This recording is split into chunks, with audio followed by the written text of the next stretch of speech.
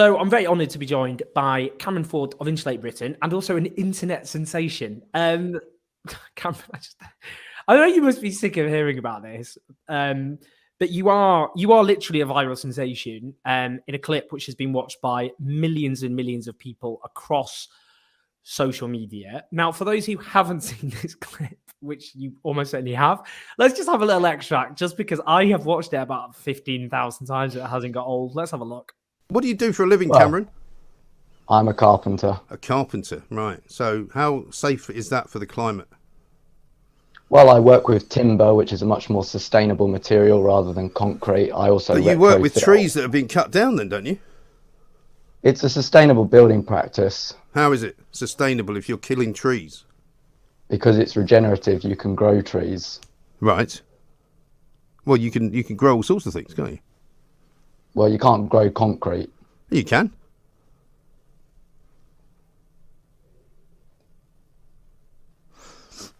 See you, Cameron.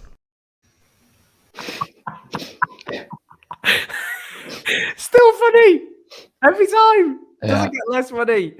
Cameron, you need an Oscar for the deadpan. The deadpan. I wouldn't be able to do that. I'd crack up. Oh my word! Do you know what I think is funny about Cameron? Did you ever watch Jam, this Chris Morris sketch show? No, Chris Morris rings a bell though. Yeah, he did like Brass Eye and stuff. And yeah. I've heard someone say, "Is this a Brass Eye sketch?" It does come across like a Brass Eye sketch, but there's also Jam was a very surreal, quite dark comedy series he did, and in it there is a sketch about people who are, I suppose, terminally thick, who are employed because they can never lose an argument because they're so stupid they don't know they've lost an argument. And that is exactly what's happened here, because Mike Graham, the shock jock on talk radio, you kind of think he might have thought, well, actually on national radio saying you can grow concrete, bit silly, the stupidest thing ever said, actually. But he just doubled down and was trying to explain how you can grow concrete, that it expands, and I mean, even like no one even says that concrete expands that much. Like, you maybe leave a 10 mil gap for every 4 meters of like screed you lay. Like, it's not renowned for expanding even. Like, someone just needs to take his concrete tree digging shovel off of him and just tell him to sit down. The thing is, what's so funny about it is they put up the clip voluntarily. Yeah, they thought they won. We owned him big time. Oh, he froze because he was left speechless because you were left speechless because how did you laugh? You just.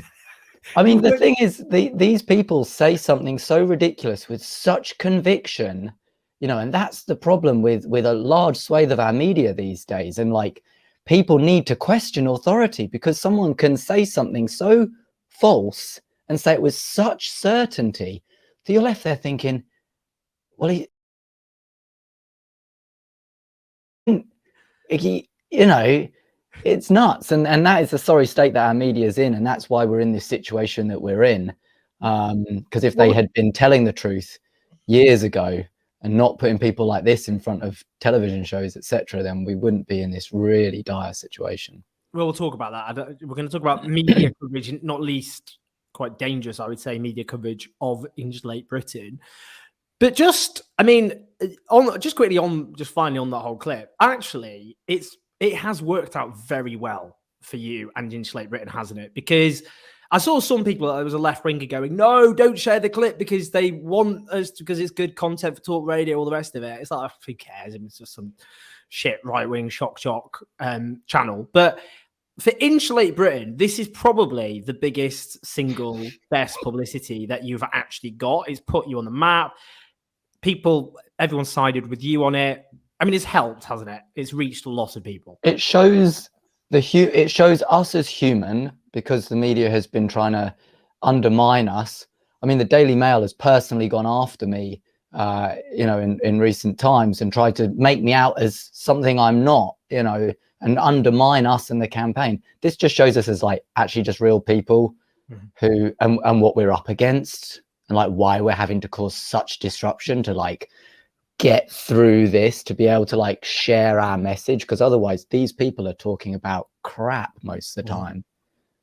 So I am going to ask one devil's advocate question at the beginning, and which won't, because I want to avoid the kind of, as I say, just bullshit which you normally get.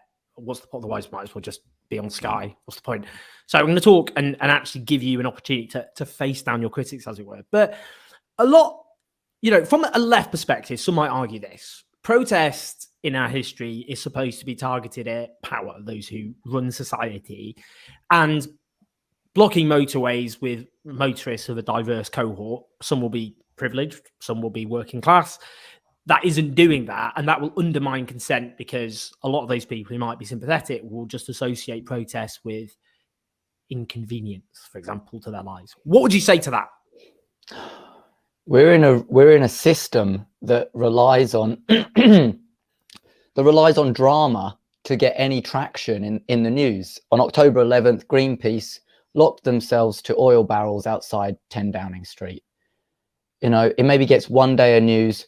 Lots of people didn't hear about it, and yet everyone on the road is going, go outside 10 Downing Street, go to Parliament. It doesn't work. It doesn't get you the platform. And that's really sad, that we live in a world where you have to disrupt everyday people's lives just to talk about the climate crisis properly.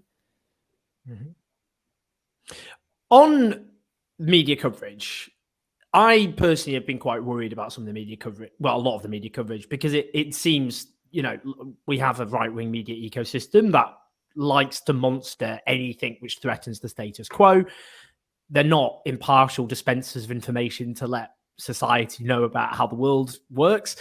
They are political actors, most of them. They are owned by very rich people who benefit from a broken status quo. But they are, really, really going for Insulate Britain. And we've seen Insulate Britain, people being attacked, being, vehicles ploughed at protesters, people being inked, including an elderly protester who spoke about his experiences.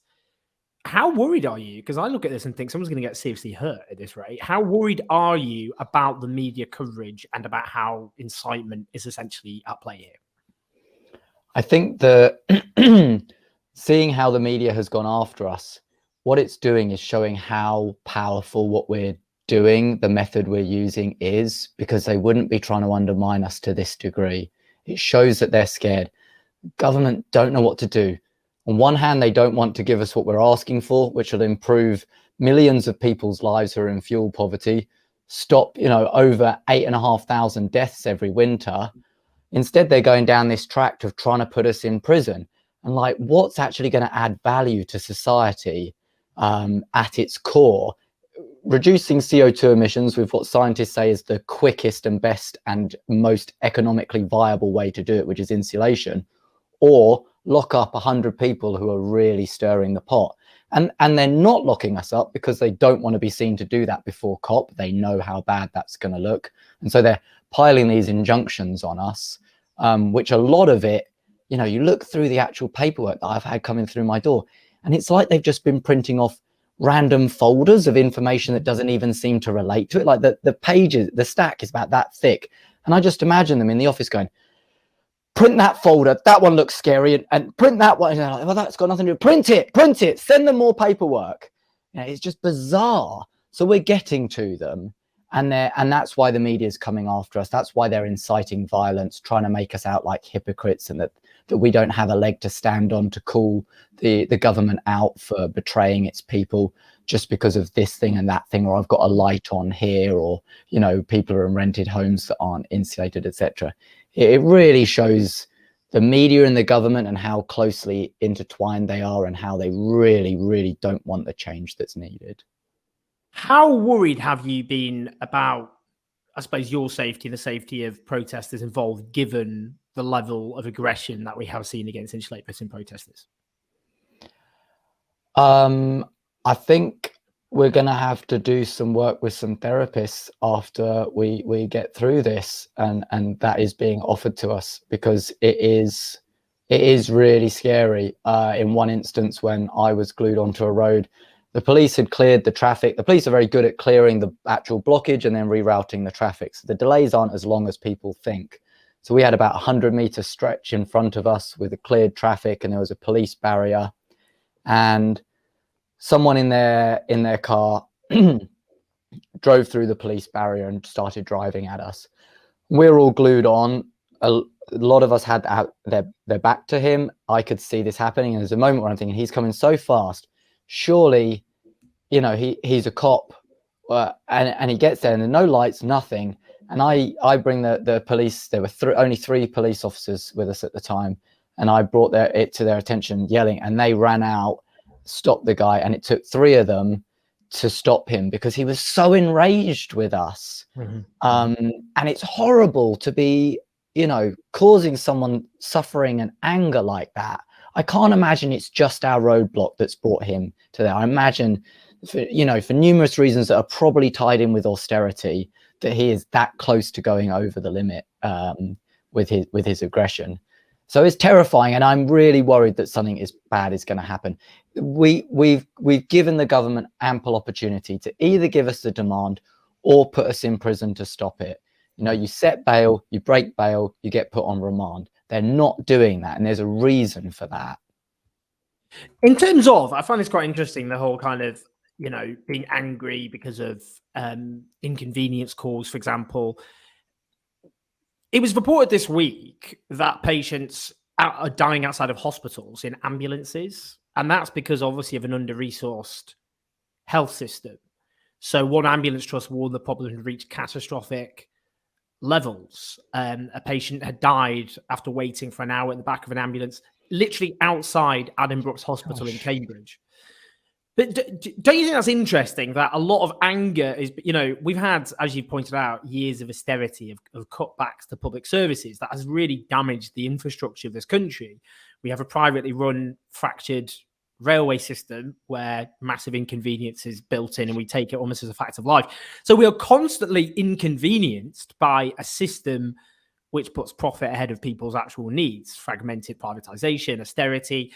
And yet you're not seeing those same people getting outraged about that. Instead, it's some protesters sporadically doing an inconvenience, a level of inconvenience, which is a tiny percentage of that inconvenience, which is caused by the government and the system we operate under.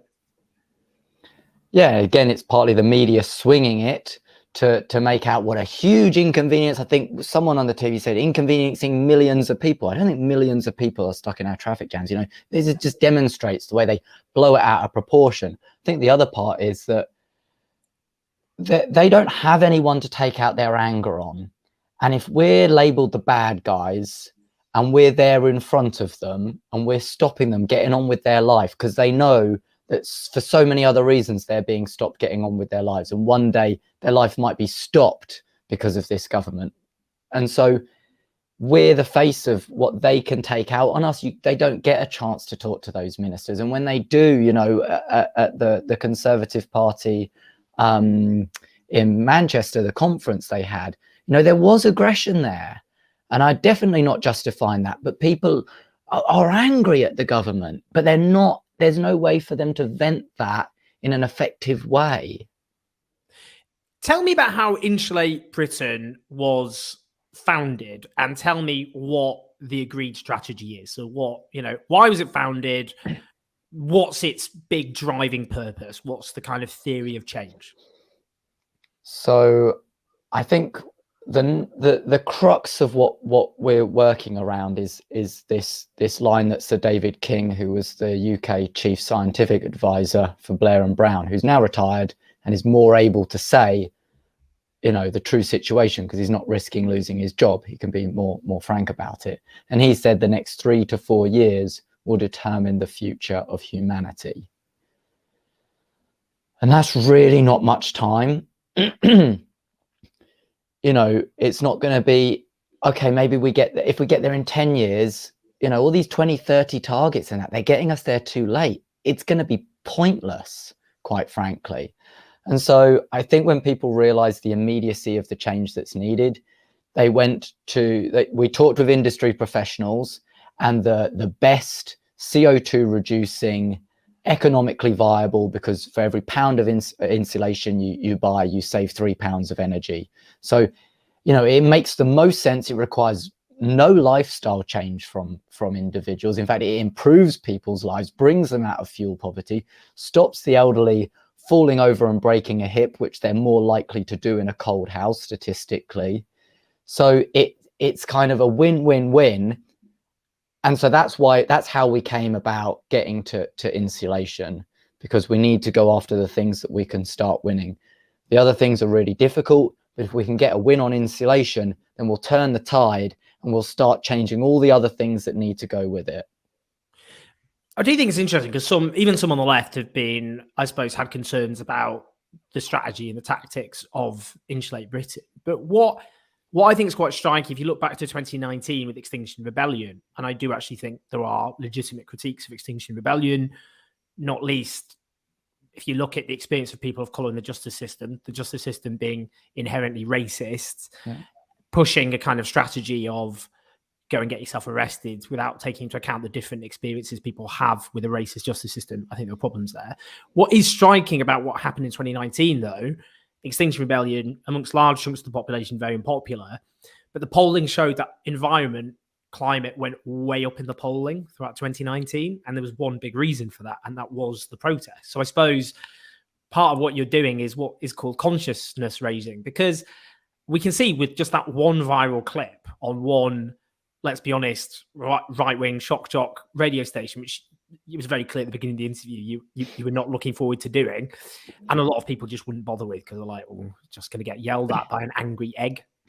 But isn't that the strategy? The idea is we protest, we're going to piss a lot of people off, but actually climate, environment is going to go up the agenda as a consequence, because the media organizations, I was watching GB News, bizarrely enough, a clip where their Home Affairs correspondent was like, this is so annoying because we're doing what they want and we're covering them and that's what they want to. And I was like, well, yeah, obviously, because that's the point, is to push it up the agenda.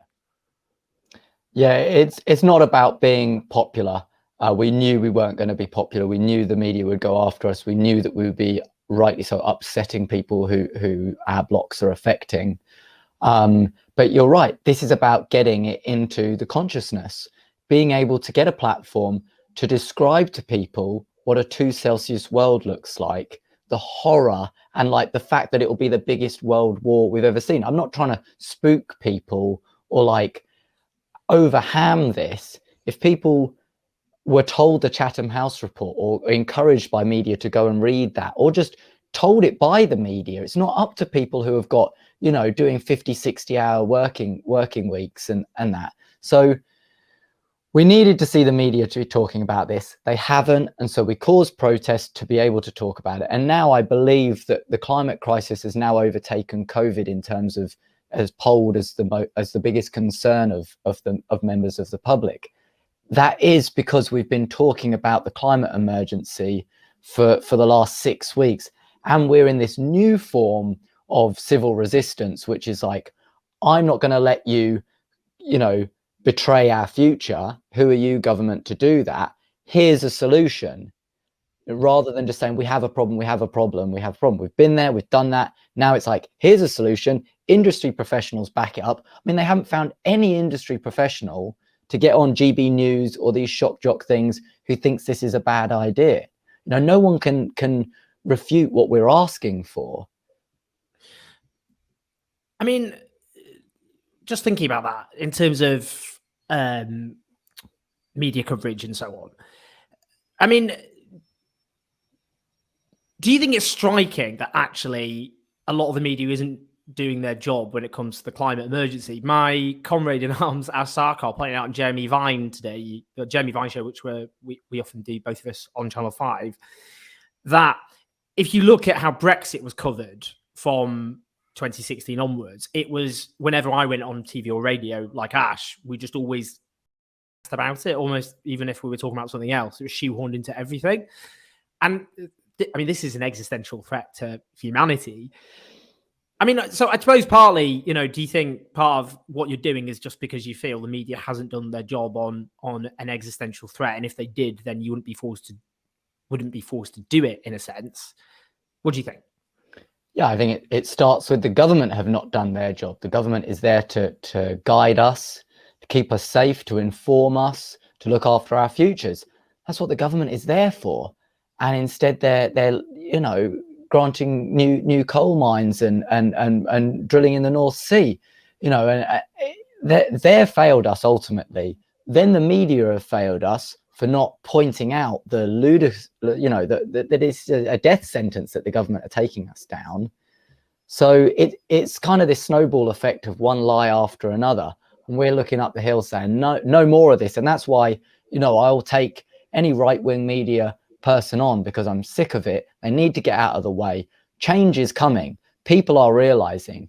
People are coming together. People are willing to go to jail over this because change is going to come. We're just trying to speed that up. And those people like Mike Graham, they just need to get out of the way. I mean, on that, do you think part of the problem is, this is kind of my experience of trying to get people to engage with the climate emergency, is people have everyday issues and concerns that worry them deeply and should do, whether it be the housing crisis, whether it be the longest squeeze in living standards since the Napoleonic age, whether it be the consequence, as you said, to cuts to public services. The fact we live in a country, where most people in poverty and working households, and you have people staring sleepless at night at the ceiling, panicking about an unopened energy bill on their kitchen counter, that those things seem so immediate and tangible, whilst for many people, the climate emergency, even though we see often extreme weather events being ever more present, so if your houses are being flooded, seems a little bit more immediate. But for a lot of people, it doesn't. And therefore, they think to themselves, well, I've got these problems in the here and now. This seems this long-term abstract issue, and it's to do with science, which a lot of people find inaccessible. So how do you change that? That's the issue, I suppose. Yeah, changing that is really hard. You're right. A lot of people have immediate crisis in their life. And I think a lot of it stems from injustice on all levels. Being white and middle class, I've done pretty well in life compared to some people. I've not had nowhere near the same level of injustice put on me as other members of our community. And so but this is the root. The root is injustice, and people don't want to talk about that. The root is that rich people want to hoard vast swathes of money and leave other people either homeless, or if they do have a home, it being cold and worrying about whether they can, turn the heating on or if they're going to buy some food. And then that is what's creating the climate crisis. The climate crisis is a result of injustice. It's a result of greed, of hatred towards one another, this looking out for yourself and not your brother or your sister, and delusion. It's rooted in delusion, in a value system that's based on exploiting the world and other people.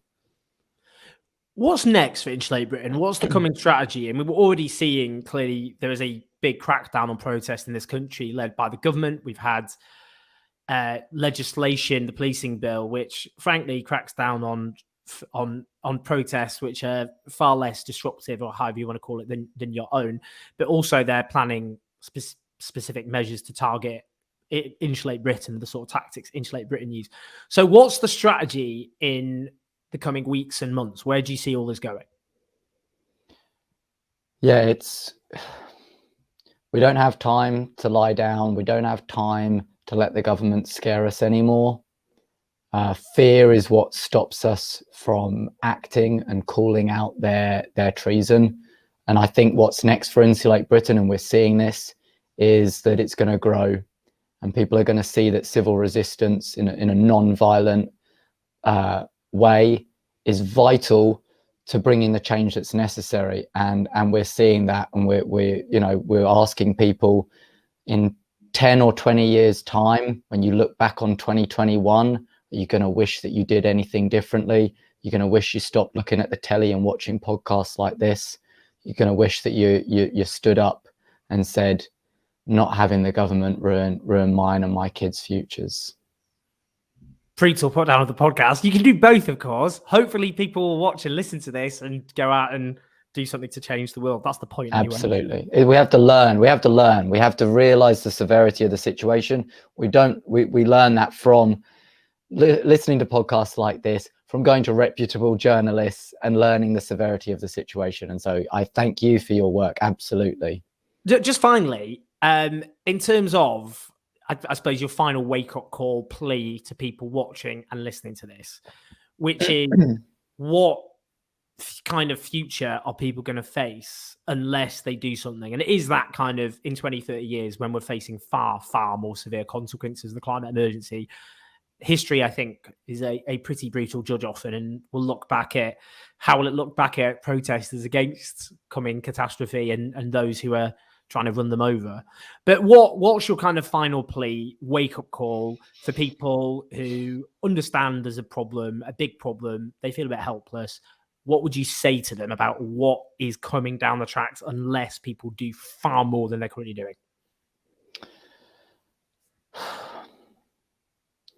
We're in a place of this sort of status quo. We get, for most of us, 3 meals a day.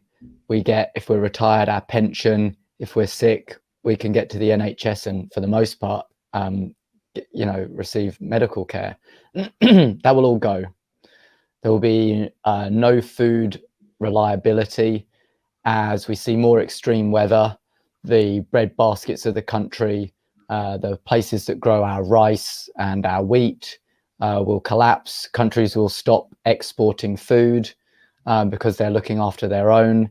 This country relies heavily on imports for food. And so when food runs out, as we've seen, societal collapse comes.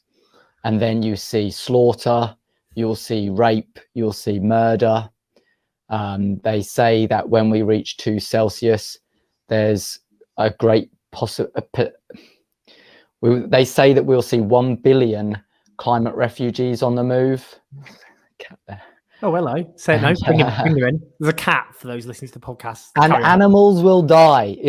We are already seeing it. We are seeing this beautiful life, this one planet in the universe that hosts cats and butterflies and orchids and all these beautiful things, and our friends and our siblings and our children. We will lose everything we love. And that is not for our governments to decide. That's not fair. And I think we need to realize now that we have to, in this short window we have left, to rise up and prevent that from happening with everything we've got.